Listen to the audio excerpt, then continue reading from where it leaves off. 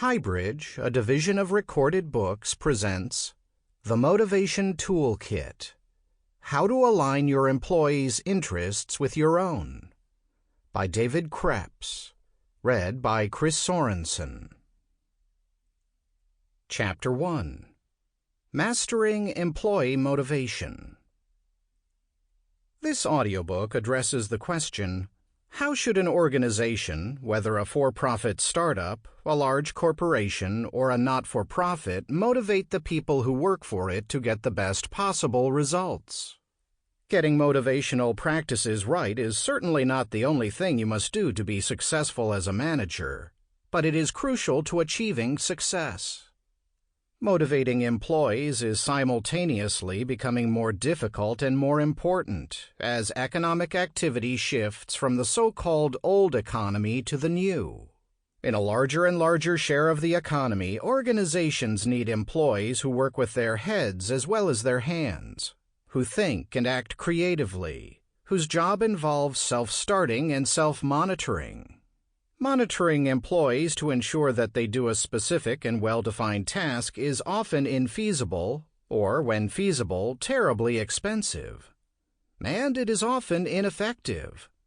Rewarding employees piece rate style, trying to motivate them to perform that specific task more often and more quickly works well in some cases, but pay for performance fails dramatically in other cases.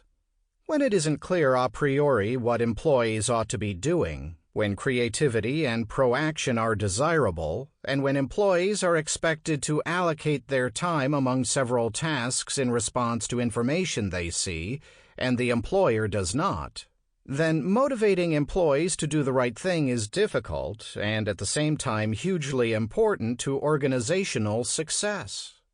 And in many cases, motivation isn't a matter of you, the employer, actively motivating your employees. Instead, you motivate employees most effectively by eliminating demotivating factors. You can find all sorts of simple answers to the question, how should you motivate employees? A Google search of the phrase motivating employees yields 17 million results.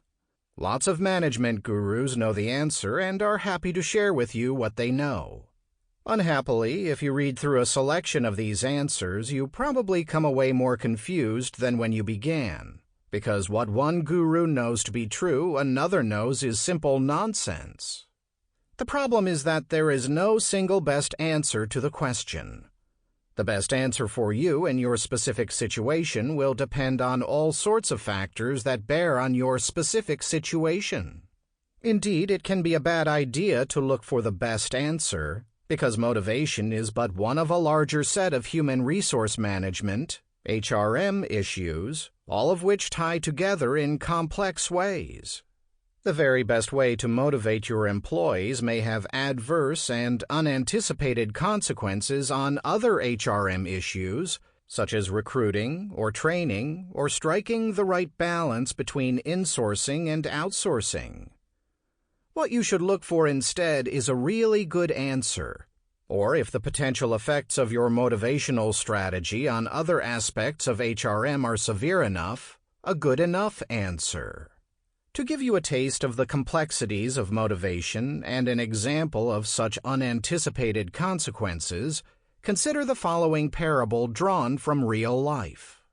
In this story and in the story of Zephyr Corporation and their employees in Chapter 4, I construct fictitious examples that are composites of real-life cases, with invented names and details. All other examples concerning named real-life organizations are based on publicly available information, although in the simple calculations I do in Chapter 2 concerning Safelight, I invent numbers to simplify the exposition. The Sad Story of Artisans Alliance. The Artisans Alliance, AA, was formed by a visionary and socially minded group of entrepreneurs who wish to help third-world artisans bring their merchandise to first-world markets. The business plan was simple. AA employed young men and women to go into underdeveloped countries looking for artisans and craftspeople of exceptional skill and talent. When such an artisan was discovered, the employee of AA would offer a partnership, providing technical assistance in arranging to export the artisan's wares to first-world countries, where AA would act as intermediary in placing the wares in small high-end retail stores. The young men and women who traveled the globe, called explorers by AA, were expected to provide to their client artisans assistance in logistics and in growing their local shops to the extent feasible while maintaining quality. The explorers were the key to the operation.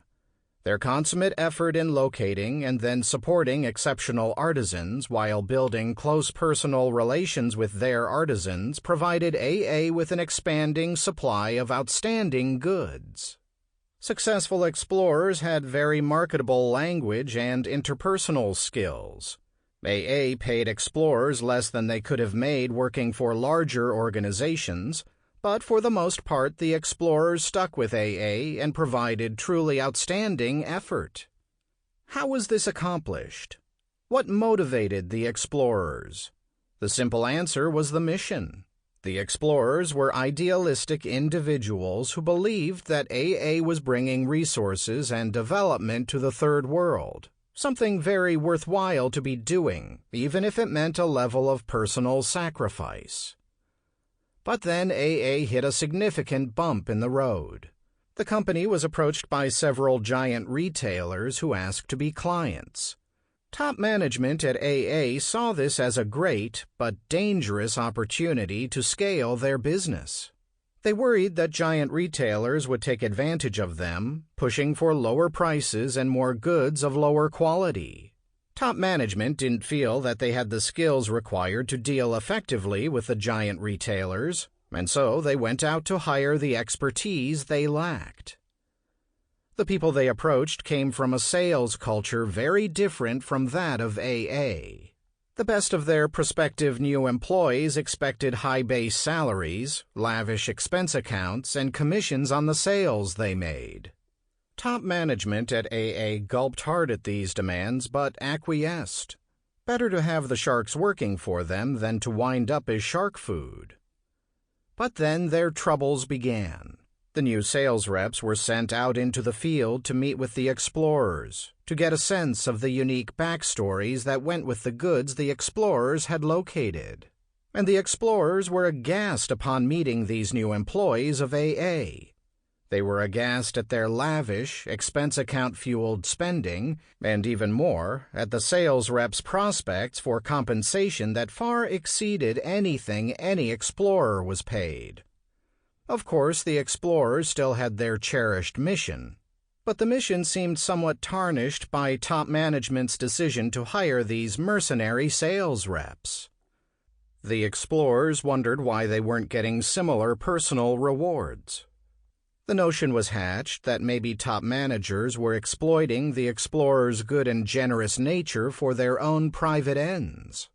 Turnover among explorers spiked upward, and when the small HR department at AA surveyed the explorers' job satisfaction, they found a strong positive correlation between dissatisfaction and the amount of time explorers had spent with the new sales reps. AA had a great mission-based motivational scheme working for its key-in-the-field employees, the explorers, and when they went to hire a new class of employees, they motivated the new employees by what may well have been the best possible scheme for those new employees, but in doing so, they turned extremely well-motivated explorers into disgruntled and less well-motivated employees. The point of the story is simple. Motivation within an organization is complex. It is not a matter of looking at a single employee or one class of employees and answering the question, what's the best way to motivate this or these employees? To get motivation right, you must think broadly, and to think broadly, you need tools for organizing your thoughts. Could AA have done better?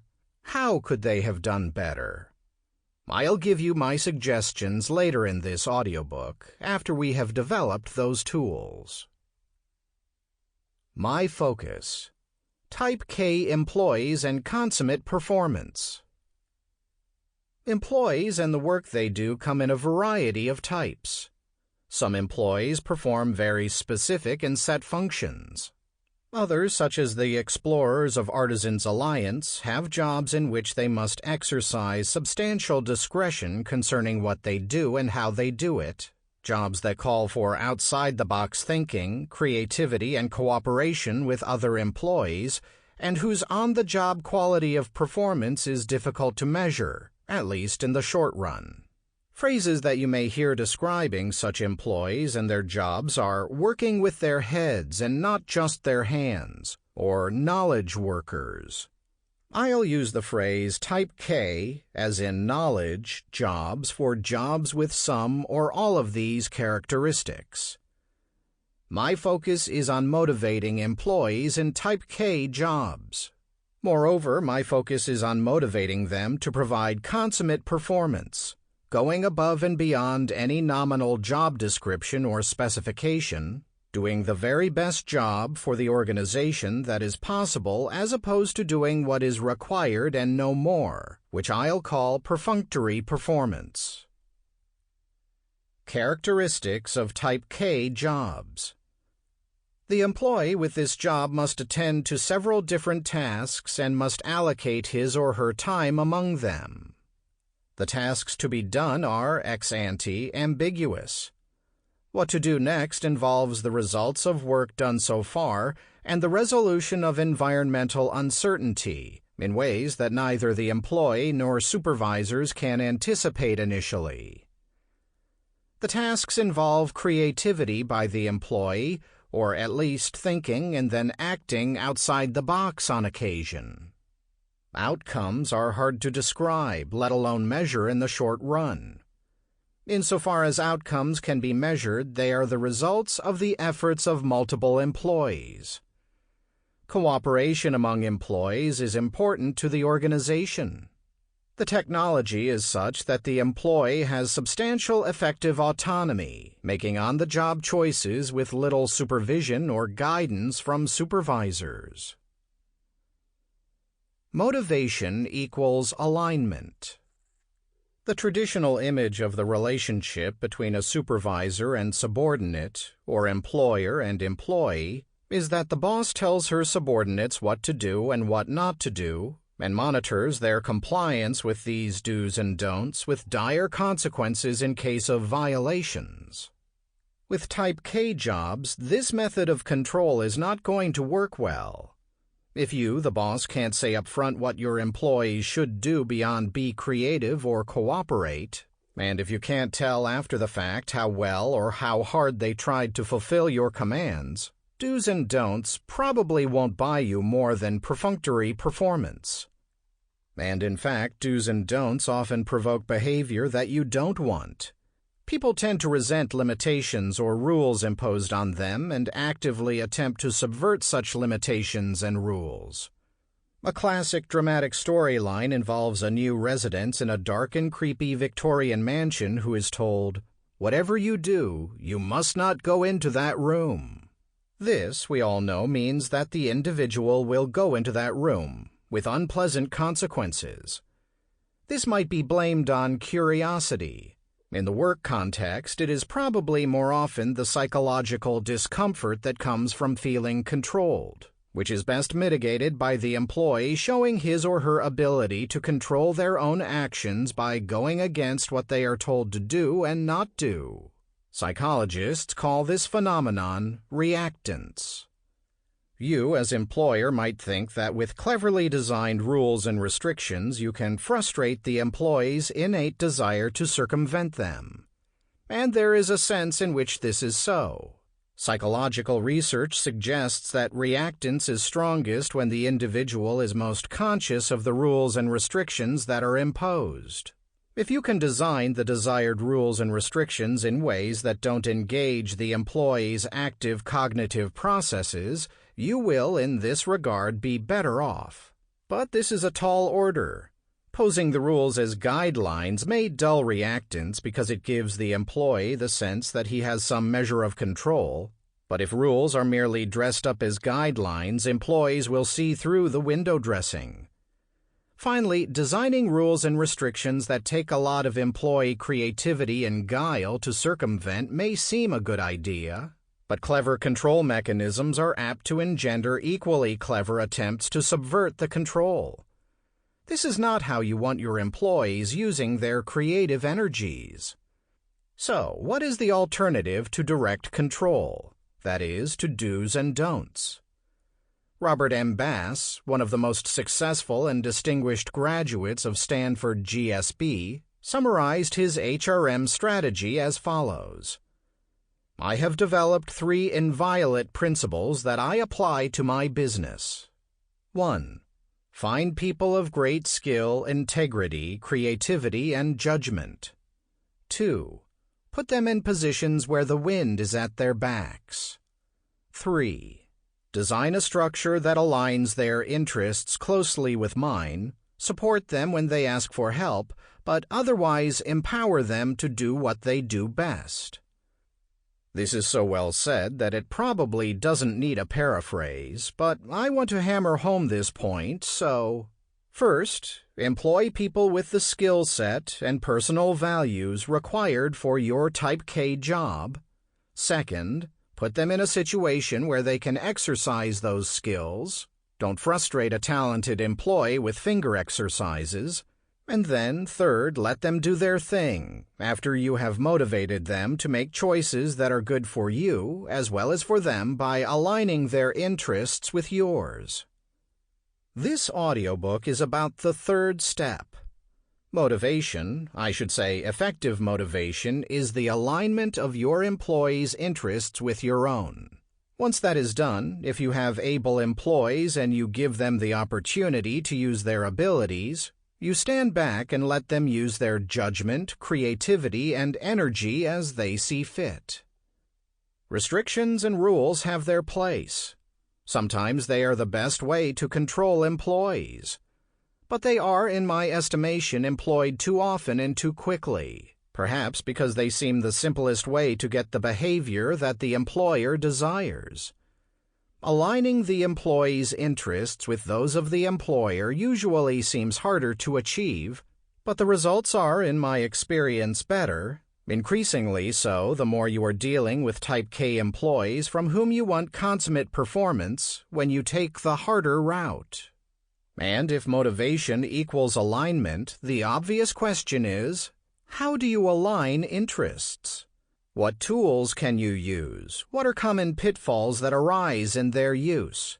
And how do you choose among available tools? My objective: to give you tools. This audiobook does not provide answers to those questions designed to fit your organization. To reiterate from the start of this chapter, no universal answer to how should you motivate your employees exists. I don't know the particulars of your situation, and I firmly believe that those particulars are crucial to effective motivation of your employees. Instead, my objective is to give you tools that, when applied to your specific situation, will lead you to more effective motivation. In the final chapter, I provide a list of questions that I would ask you were I to consult with you about how to improve the motivation of your employees. If you answer those questions honestly, and to give fair warning, some of them will require that you ask your employees about their perceptions, and if you view the answers through the lens of the tools provided in the rest of the audiobook, you won't need me or any other consultant. The nature of the tools is worth describing at the outset. They are frameworks developed by social scientists of several disciplines, most prominently the disciplines of economics and social psychology, with a smidge of organizational sociology added to the mix. These tools, or frameworks, live on 2 different levels. At a more basic level, the foundation, if you will, are frameworks for understanding the employment relationship, both from an economic and from a psychological perspective. Motivation is ultimately about changing the nature of your relationship with your employees, hoping to influence them to behave in ways that you desire. And how your employees behave takes us to the core of their relationship with you, with their work, and with their jobs. what they take from the relationship and what they are willing and able to give in return. The second level of framework involves motivation specifically. Building from the basic economics and social psychology of employment relationships, we compare and contrast different theories drawn from those disciplines that address motivation, such as the economic theory of incentives and the social psychological theory of self-determination. Sometimes these frameworks and theories are complementary. Sometimes they give conflicting prescriptions because of the differences in the behavioral assumptions on which they are built. It will be up to you to pick and choose among them based on your intuition, informed by your experiences and your particular answers to questions that the frameworks present. To be clear, superficial understanding of the frameworks is insufficient. This audiobook is informed by and tries to communicate ideas that are sometimes subtle and always challenging. At times you may feel like the audiobook is taking you back to school. You will feel that way because taking you back to school to rethink and reconceptualize the relationship you have with your employees is exactly what this audiobook is about. I assert that you'll be in a lot better position to figure out how to motivate your employees if you persevere, but at least some perseverance is required. 2 notes on style. There's an old-fashioned literary style in which the author addresses remarks directly to the listener, often using the formulation, "Dear listener." I'm not going to go so far as to address you as "Dear listener," but the literary style of this audiobook is conversational, and specifically it will seem at times that I'm having a conversation with the head of an organization who is concerned with motivating his or her employees. You, the listener, may not be in that position just yet. You may not have aspirations of reaching such a position. Even if you don't head your organization or have aspirations to do so someday, if you are in a position where motivating subordinates is part of what you do, I believe that the ideas delivered here will be useful to you. Indeed, even if you are the subordinate, these ideas may help you in dealing with the folks whose job it is to motivate you.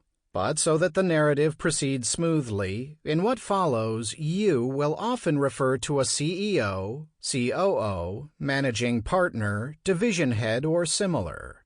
If that isn't you, please imagine yourself in that role. Also, the use of third-person pronouns these days leads to several unpalatable choices. Do you use he, him, and his, she, her, and hers, he or she, him or her, his or hers, or try to write so that you finesse the issue with they, them, and theirs?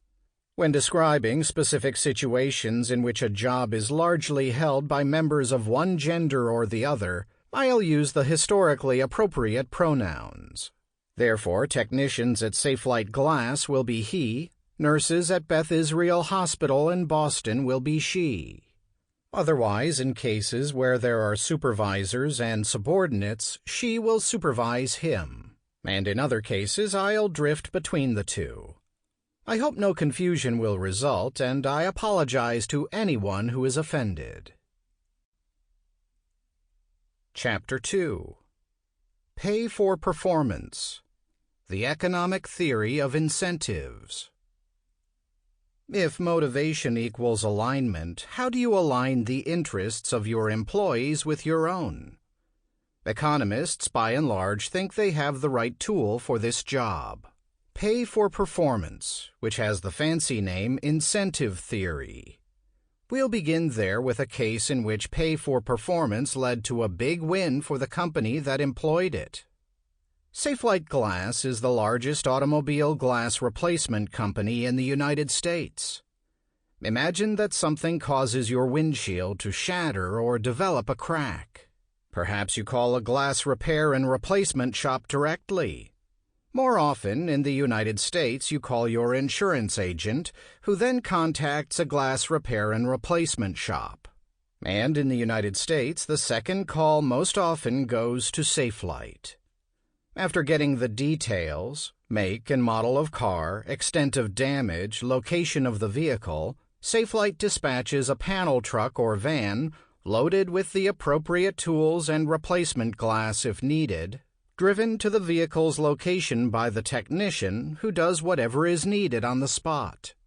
Cleans up any broken glass, removes the old windshield, and installs a new windshield. Or if the crack is small enough, applies a resin that clarifies and strengthens the glass.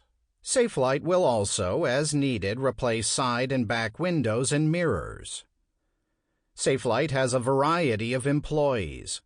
Management, of course, dispatchers and clericals who handle calls and paperwork and initiate a repair or replacement sequence, and warehouse workers who load the panel trucks and vans. But the key to the operation is the technician, the person who drives the loaded truck to the stricken vehicle and does whatever is needed, and who, importantly, does all this on his own. Technicians are, at the time of this story, still nearly all men, so I'll use he, his, and him for them. Nowadays, with the possibility of GPS tracking, serious monitoring of even remotely located technicians is to some extent possible.